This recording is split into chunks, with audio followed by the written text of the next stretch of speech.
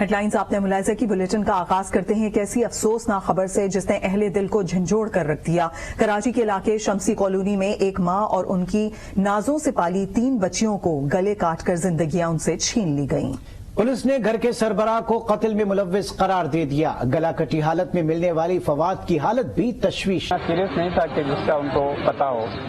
اور ابھی ان کی جو والدہ تھیں اور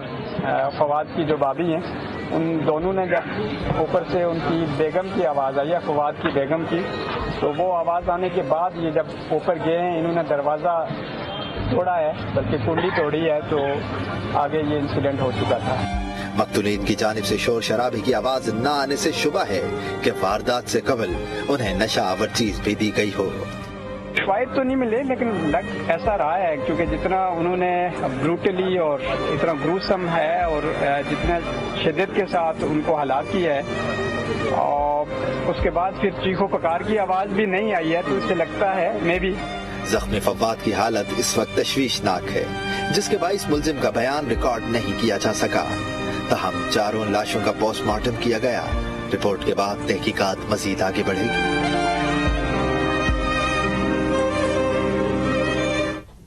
سربراہ کراچی پولیس جاوید عالم اوجھو کہتے ہیں کہ پوسٹ مارٹم رپورٹ آنے تک کوئی بات حتمی طور پر نہیں کہی جا سکتی۔ آج نیوز کے ساتھ بات چیت میں کہا کہ دشمنی کا کوئی شبہ نہیں، لگتا ہے نفسیاتی مسائل اس نہج پر پہنچ گئے کہ افسوسناک واقعہ پیش آیا۔ گھر پورے کو اور ان کی چیزوں کو جو تلاشی لی گئی ہے، اس سے بظاہر ایسی کوئی چیز ابھی تک دریافت نہیں ہوئی، لیکن میں نے جس طرح کہا کہ اٹس ٹو ارلی والی بات ہے، اور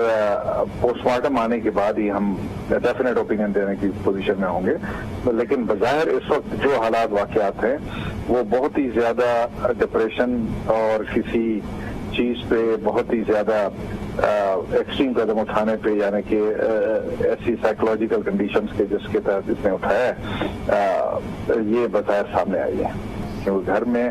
بعد میں جلدی سے گھر کے کچھ افراد آئے چیخو پکار ان بچوں کی اور ان کی بیگم کی سن کے، تو ان سے بظاہر لگتا ہے کہ یہ اس طرح کی دشمنی والا واقعہ نہیں ہے، مینٹل کنڈیشن اس طرح ہوئی ہے کہ اس نے یہ جو فواد ملزم بھی ہے اور ایک طرح سے وکٹم بھی ہے، ملزم ہے، اس نے یہ آخری قدم یعنی کہ الٹیمیٹ یہ چیز اٹھائی ہے کہ اس نے اتنا نقصان کر دیا پورے۔ فواد ایک فیکٹری میں سیلز مینیجر تھا۔ واردات سے قبل اس نے سعودی عرب میں مقیم اپنے بھائی کو فون کیا اور کہا کہ بچوں سمیت خودکشی کر رہا ہوں۔ اہل محلہ کہتے ہیں کہ ان کو کبھی نہیں لگا کہ فواد کے ساتھ کوئی مالی مسائل تھے۔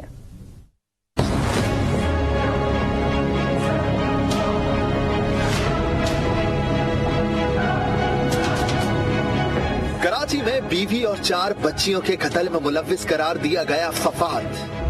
ایک فیکٹری میں سیلز مینیجر ہے۔ خاندانی ذرائع کے مطابق واردات سے قبل فواد نے سعودیہ میں مقیم اپنے بھائی فراز کو فون کیا۔ فواد نے فراز کو بتایا کہ وہ اپنی بیوی بچوں سمیت خودکشی کر رہا ہے۔ فراز نے گھبرا کر اپنی والدہ کو کال کی اور کہا فواد کو چیک کریں، مگر کی والدہ سے معلومات حاصل کی اور بتایا کہ قتل کے دن بھی فواد ڈیوٹی پر گیا، واپس آ کر پہلے بیگم اور پھر 3 بیٹیوں کو قتل کیا۔